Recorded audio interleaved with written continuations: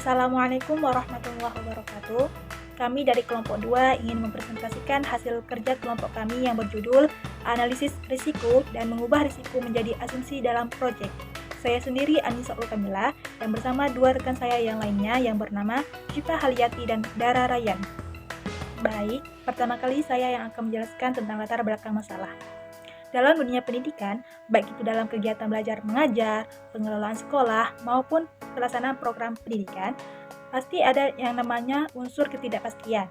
Nah, unsur ketidakpastian ini adalah sebuah hambatan yang dimana akan mengganggu keberhasilan dalam menjalankan kegiatan pendidikan. Ketidakpastian ini yang kita sebut dengan risiko. Risiko bisa muncul dari berbagai aspek dan penting untuk kita kenali dari awal, agar proses pendidikan tetap berjalan dengan lancar dan maksimal. Ada beberapa bentuk risiko yang sudah kami jelaskan dalam makalah. Yang pertama ada biaya, misalnya seperti dana yang tersedia tidak mencukupi untuk melakukan program pembelajaran seperti kegiatan ekstrakurikuler ataupun pengadaan fasilitas baru, sehingga bisa menjadi risiko dalam konteks pendidikan. Yang kedua ada jadwal. Keterlambatan dalam pelaksanaan kegiatan seperti ujian, pelatihan guru, ataupun pembangunan fasilitas pendidikan dapat menghambat proses belajar mengajar. Yang ketiga ada kualitas. Risiko bisa saja muncul jika metode pengajaran yang kurang efektif, tenaga pengajar yang kurang kompeten, ataupun bahan ajar yang tidak sesuai dengan kurikulum. Yang keempat atau yang terakhir yaitu sumber daya. Kekurangan guru, alat peraga, ruang kelas, bahkan akses internet bagi yang melakukan pembelajaran daring dapat menjadi sebuah hambatan yang sangat besar dalam proses kegiatan belajar mengajar.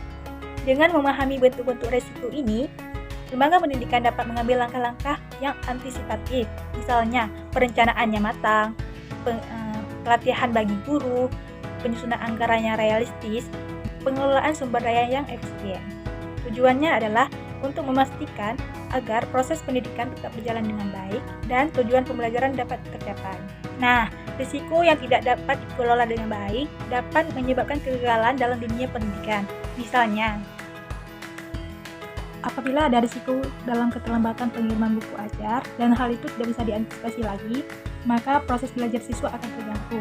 Ataupun ada guru yang dijadwalkan untuk mengajar, namun tiba-tiba tidak bisa berhadir dan tidak ada cadangan lain yang bisa menggantikannya, maka proses belajar siswa juga akan terganggu.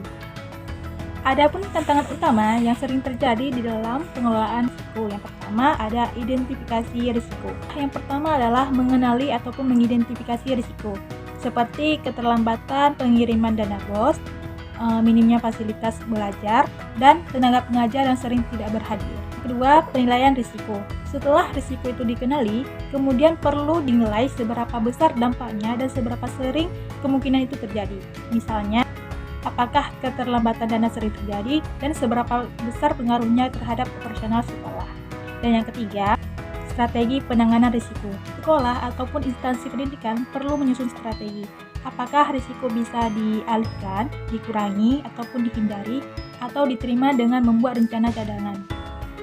Nah, teman-teman, salah satu cara yang efektif adalah mengubah risiko menjadi asumsi dalam sebuah proyek. Artinya apa? Artinya, sekolah atau pengelola pendidikan menganggap risiko itu bisa saja terjadi, dan dari itulah mereka membuat perencanaan yang lebih siap dan matang. Baik, selanjutnya saya akan melanjutkan penjelasan materi selanjutnya yang tentang kajian literatur. Dalam setiap proyek, risiko merupakan faktor yang tidak dapat dihindari. Setiap keputusan, tindakan, dan bahkan ketidakpastian dalam lingkungan proyek dapat mewujudkan potensi risiko yang memengaruhi hasil akhir proyek tersebut. Risiko bisa berwujud dalam berbagai bentuk seperti risiko teknis, risiko sumber daya, risiko pasar, atau bahkan risiko hukum. Dalam konteks ini, pemahaman dan manajemen risiko sangat penting, karena risiko yang tidak dikelola dengan baik dapat menyebabkan keterlambatan, pembekalan biaya, atau bahkan kegagalan proyek. Jadi, kami sudah mengambil poin-poin pentingnya saja dalam kajian literatur tersebut. Yang pertama itu dalam setiap proyek pasti ada risiko yang tidak bisa dihindari. Misalnya, bisa saja ada masalah teknis, perubahan pasar, aturan hukum yang baru, ataupun keterbatasan sumber daya. Oleh karena itu analisis risiko ini sangat penting. Dengan menganalisis risiko, kita bisa mengenali apa saja kemungkinan masalah, menilai seberapa besar dampaknya, dan mencari cara untuk mengurangi terjadinya risiko-risiko tersebut. Dan yang ketiga, tidak semua risiko itu bisa dikendalikan. Contohnya seperti perubahan harga di pasar atau kebijakan pemerintah yang tiba-tiba berubah. Kan kita tidak tahu itu kebijakan pemerintah itu gimana, dan dia bisa jadi berubah-ubah, dan kita tidak tahu kapan berubah-ubahnya ini. Jadi solusinya itu, risiko-risiko yang tidak bisa dikendalikan itu dijadikan asumsi dasar dalam perencanaan. Artinya kita anggap itu mungkin terjadi, lalu kita buat rencana yang memungkinkan, yang fleksibel dan siap beradaptasi. Dan sehingga yang terakhir menghasilkan proyek ini bisa dikelola dengan lebih efisiensi, lebih baik, karena sudah ada persiapan sejak awal dan langkah-langkahnya pun sudah kita susun ataupun sudah kita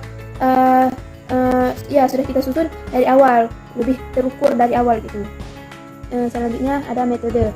Jadi metode yang kami gunakan pada makalah kami ini yaitu sebuah penelitian yang mengadopsi pendekatan systematic literature review atau disingkatkan dengan SLR, dengan mengikuti pedoman pada Preference Reposting Item for Systematic Review and Analysis, atau bisa disingkatkan dengan PRISMA. Dan PRISMA ini juga bisa diartikan dalam bahasa Indonesianya yaitu sebuah item pelaporan yang disukai untuk tinjauan sistematis. Baik, di sini saya akan menjelaskan tentang pentingnya analisis risiko. Analisis risiko sangat penting dalam proyek karena dapat membantu mengidentifikasi potensi masalah sejak dini, sehingga dapat diambil langkah-langkah untuk menguranginya. Dengan demikian, analisis risiko dapat membantu meningkatkan keberhasilan proyek dan membangun kepercayaan stakeholder. Yang kedua, saya ingin menjelaskan tentang strategi mengelola risiko. Yang pertama, ubah risiko jadi asumsi. Dengan mengubah risiko menjadi asumsi, kita dapat membuat rencana yang lebih adaptif dan realistis. Hal ini dapat membantu mengurangi ketidakpastian dan meningkatkan kreativitas solusi. Yang kedua ada mengurangi ketidakpastian. Dengan mengidentifikasi dan menganalisis risiko, kita dapat mengurangi ketidakpastian dan membuat keputusan yang lebih tepat. Yang ketiga, saya ingin menjelaskan tentang teknik analisis risiko. Yang pertama ada identifikasi risiko. Identifikasi risiko dapat dilakukan melalui diskusi, wawancara, dan analisis data histori. Tujuan dari identifikasi risiko adalah untuk mengidentifikasi potensi masalah yang dapat mempengaruhi proyek. Yang kedua ada analisis risiko. Analisis risiko dapat dilakukan secara kualitatif dan kuantitatif. Analisis kualitatif menggunakan matriks risiko untuk menentukan tingkat risiko, sedangkan analisis kuantitatif menggunakan metode seperti Monte Carlo untuk menentukan probabilitas dan dampak risiko. Yang ketiga ada respon risiko. Setelah risiko diidentifikasi dan dianalisi, kita dapat menentukan respon yang tepat. Respon risiko dapat berupa menghindari, mengurangi, atau mengalihkan risiko. Yang terakhir, saya ingin menjelaskan tentang implementasi dan pemantauan. Yang pertama ada tinjauan berkala. Tinjauan berkala dilakukan untuk memantau status risiko dan menentukan apakah respon risiko yang diambil sudah efektif. Yang kedua ada pelaporan. Pelaporan dilakukan untuk memantau kemajuan proyek dan menentukan apakah risiko sudah terkelola dengan baik. Yang ketiga pelatihan tim. Pelatihan tim dilakukan untuk memastikan bahwa semua anggota tim memahami proses analisis risiko dan dapat mengambil langkah-langkah yang tepat untuk mengelola risiko. Baik, kesimpulan dari penyampaian materi dari kelompok kami yaitu risiko merupakan bagian yang tidak dapat dipisahkan dari kegiatan pembelajaran ataupun kegiatan pendidikan maupun pelaksanaan program-program pendidikan.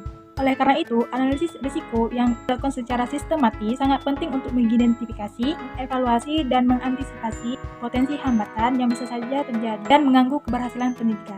Kemudian, mengubah risiko menjadi asumsi merupakan pendekatan membantu dalam menyusun perencanaan yang lebih fleksibel dan berfokus pada risiko yang paling berdampak. Kemudian, dengan penerapan teknik dan strategi penanganan risiko yang tepat, efisiensi dan efektivitas dalam pengelolaan pendidikan dapat ditingkatkan. Selain itu, pemantauan secara kelanjutan dan kemampuan untuk beradaptasi kunci menjadi penting dalam memastikan tujuan pendidikan yang dapat dicapai. Baik, cukup sekian hasil kerja kelompok kami. Apabila ada kesalahan dan kesilapan, kami minta maaf. Kami akhiri. Assalamualaikum warahmatullahi wabarakatuh.